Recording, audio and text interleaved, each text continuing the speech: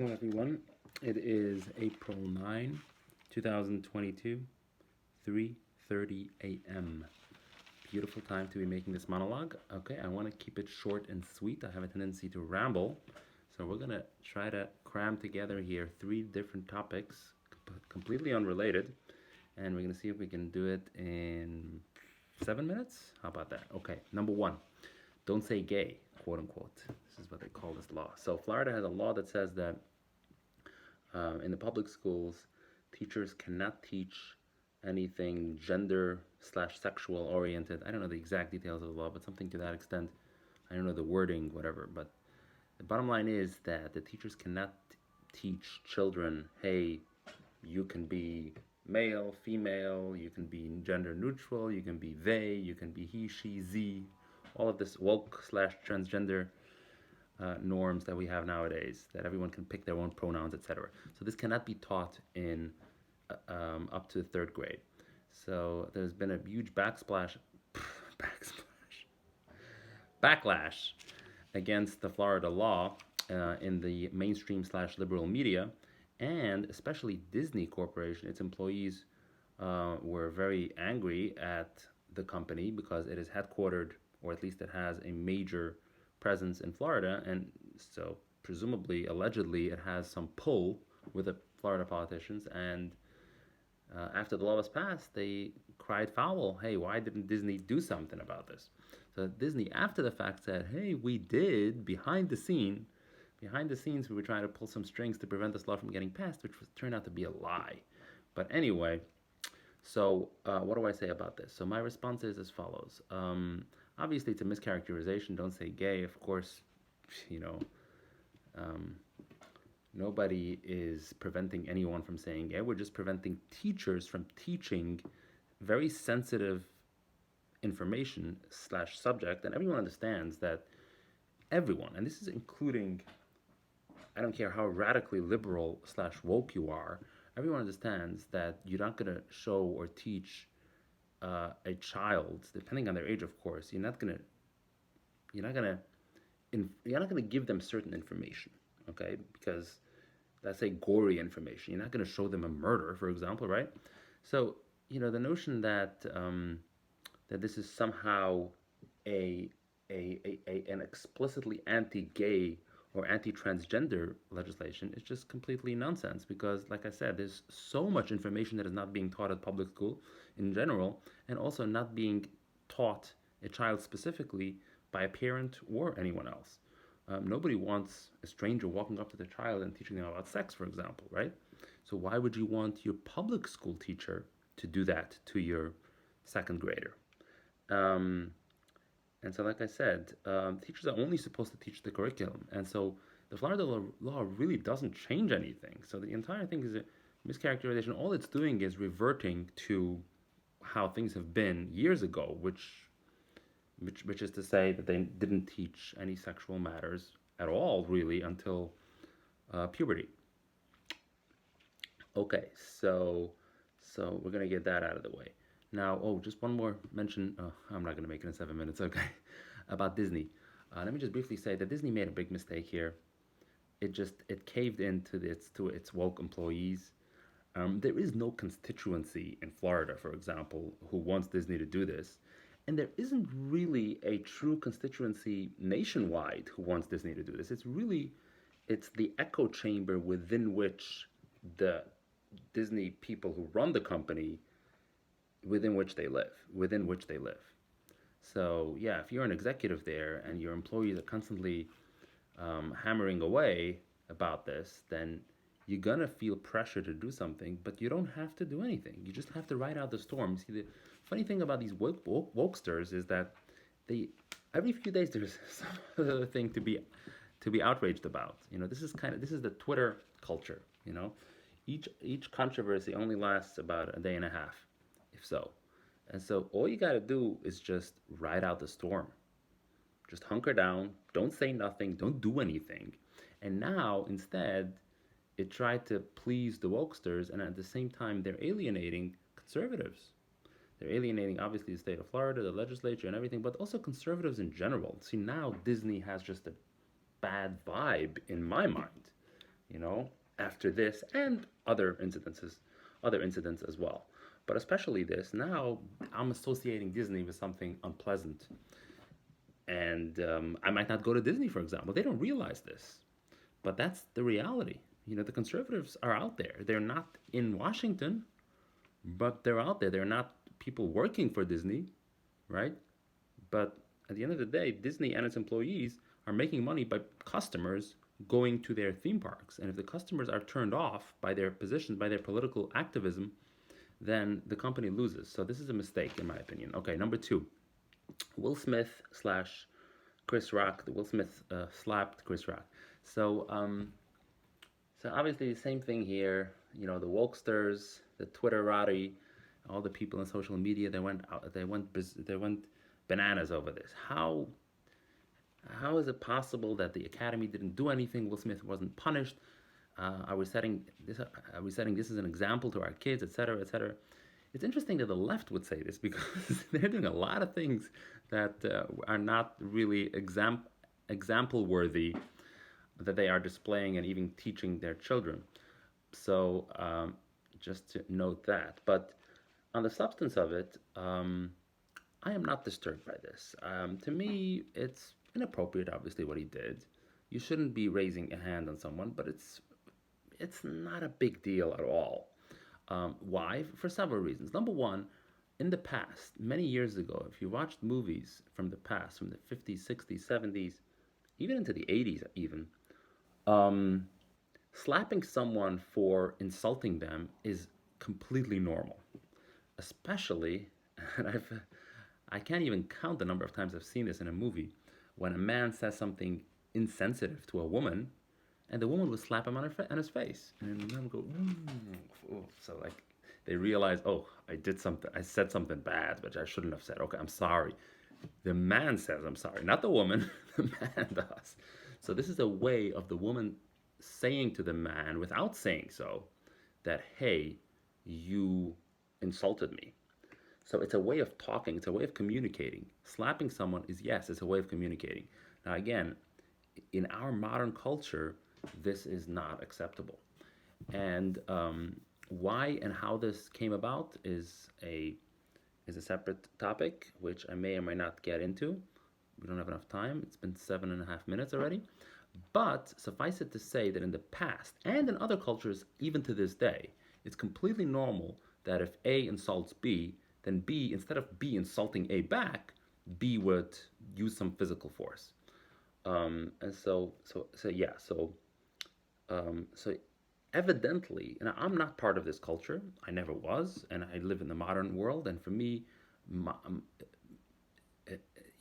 my sensibilities are that if you're angry at me, say something. Don't touch me.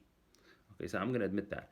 But I recognize that in the past things were different, and I also recognize that there are certain subcultures within the United States within which this is the standard mode of operation. And apparently, I'm going to say that this is how Will Smith was raised. I don't know. But the fact that this was, I mean, it was obviously something that wasn't planned, and this was very instinctive to him that, hey, he insulted my wife, Jada Pinkett Smith, and this is how I'm going to respond. So this wasn't thought out. This wasn't malice aforethought. So, this must have been something that he internalized within his upbringing, within his subculture. And so, like I said, it's not, this is, I would definitely not categorize this as assault, right? A lot of people were saying, hey, why wasn't he arrested? Well, he wasn't arrested because Chris Rock wasn't pressing charges, obviously, duh. but, but if he were to press charges, this is not something I would consider valid. I would throw it out as a judge, as a court, as a police. Obviously, I can't. The police are taught to accept everything and whatever. Pass it down to the prosecutor. But what I'm saying is, this is a frivolous thing. This is not assault, really. Again, based on the totality of the circumstances, etc. And so, yeah. So we're going to dispense with this one.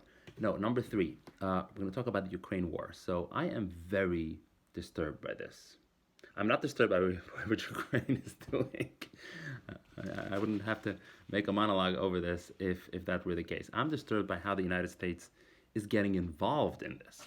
Like, the way I see it is, This is a war between Ukraine and, more specifically, the faction within Ukraine that doesn't want to have anything to do with Russia and would rather align itself with the West on the one hand, and then Russia on the other hand. So this is basically not something that is related to the United States, and there is nothing for the United States to gain from this one way or another. And I am astounded by the way the media treats this. They don't even have to justify why the United States should get involved. Like there's no just all they got to do is just harp about it, and they take it for granted that people will be so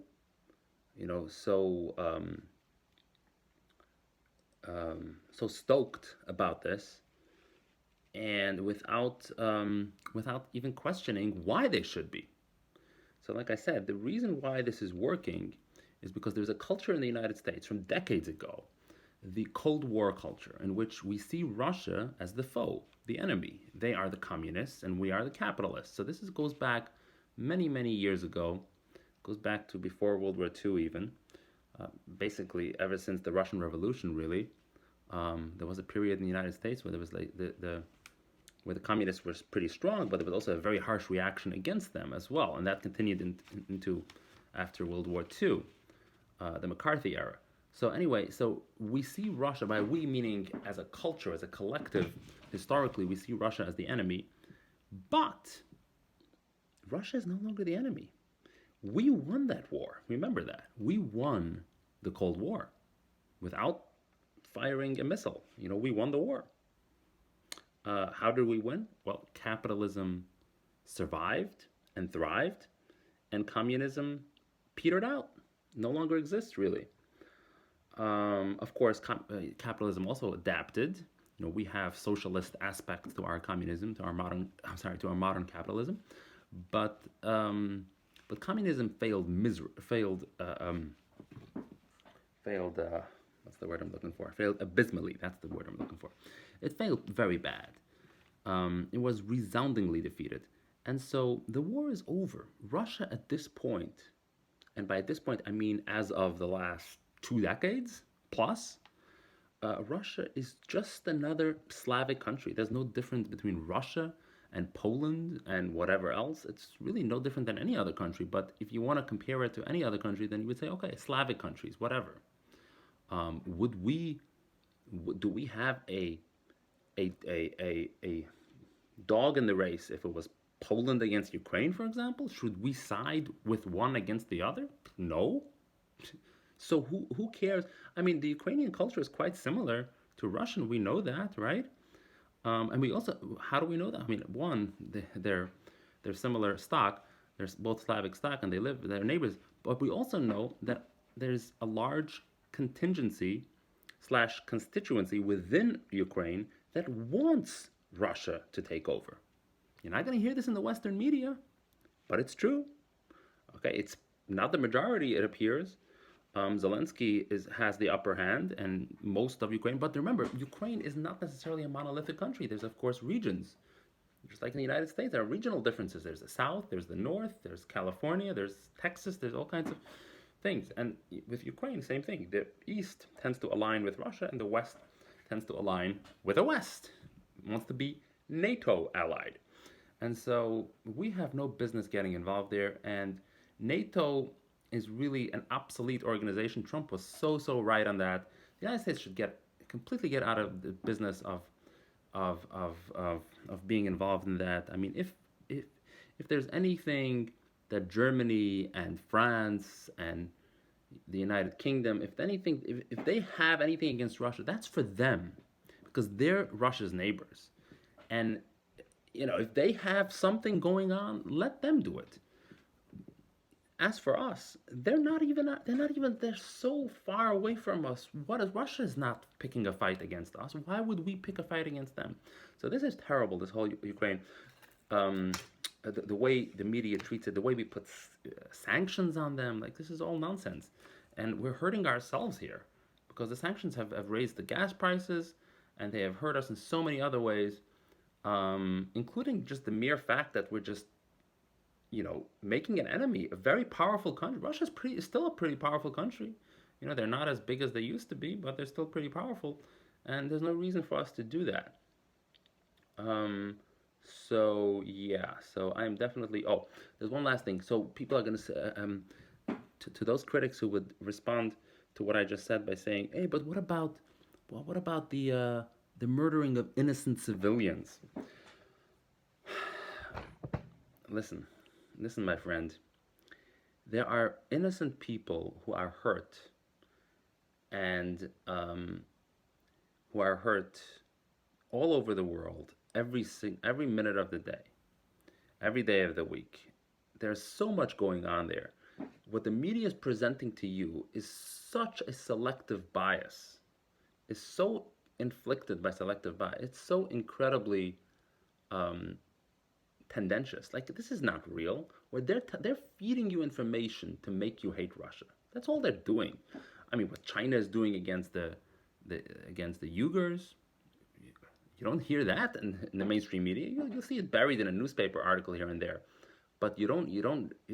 It's not splashed on television for the ignoramus masses, right? For them to be riled up. You don't see that. And what happens in, I don't know, in Africa? There's so many wars going on there, factions and gangs and regime changes and all of that and corruption. You think people aren't hurting there? People aren't getting abused and tortured and all of that stuff and killed? It happens all the time. Nobody bothers reporting it because nobody cares. And that's what it should be. Yes, that's what it should be. We should not necessarily get involved in every single fight that goes on in the world. Should we exert some influence? Sure, but a far, far cry from what we are actually doing. And when we are trying to exert influence over a foreign country culture-wise, we do it in a very gentle way, in a very subtle way. We don't make enemies in the process. Never. That is never, almost never an acceptable collateral damage of trying to educate someone. You educate someone in a helpful way. Everyone understands this. For example, with one-on-one relations, right? If you see somebody doing something bad, you don't just lash out on them. You say it gently. Hey, maybe you could have done something differently, right? Read How to Influence how to Make Friends and Influence People by Dale Carnegie, so you'll know. You got to be gentle, and so why? Well, suddenly we dispensed with this rule altogether. Why? Why? What's with Ukraine? What's with Russia? Why is Russia the enemy? Why is Putin such a bad man? It makes no sense at all. And by the way, they started this when Trump was in office. And it's really, in my view, it's a continuation of that. It's in the same vein that they prosecuted this Russia boogeyman campaign during the Trump administration. They're continuing it now. And it's the same establishment media slash Democrats, because they're really the ones in control of the establishment media, and they did it against Trump, and so now they're just so invested in this narrative that Russia is the bad guy that they're doing, and they're of course allied with the defense establishment, so they want war, they want hostilities. So to them, this is just lovely. The more this escalates, the better. Okay, so this is very, very sad, and we need to fight back. I'm just really urging the common folk, people who are not, people are being punished by this war. Like I said, higher gas prices. That's not helping anyone. The only people who are helped by this are people in the military-industrial complex. Everything goes up when the price of gas. It's not just you at the gas pump. Remember that.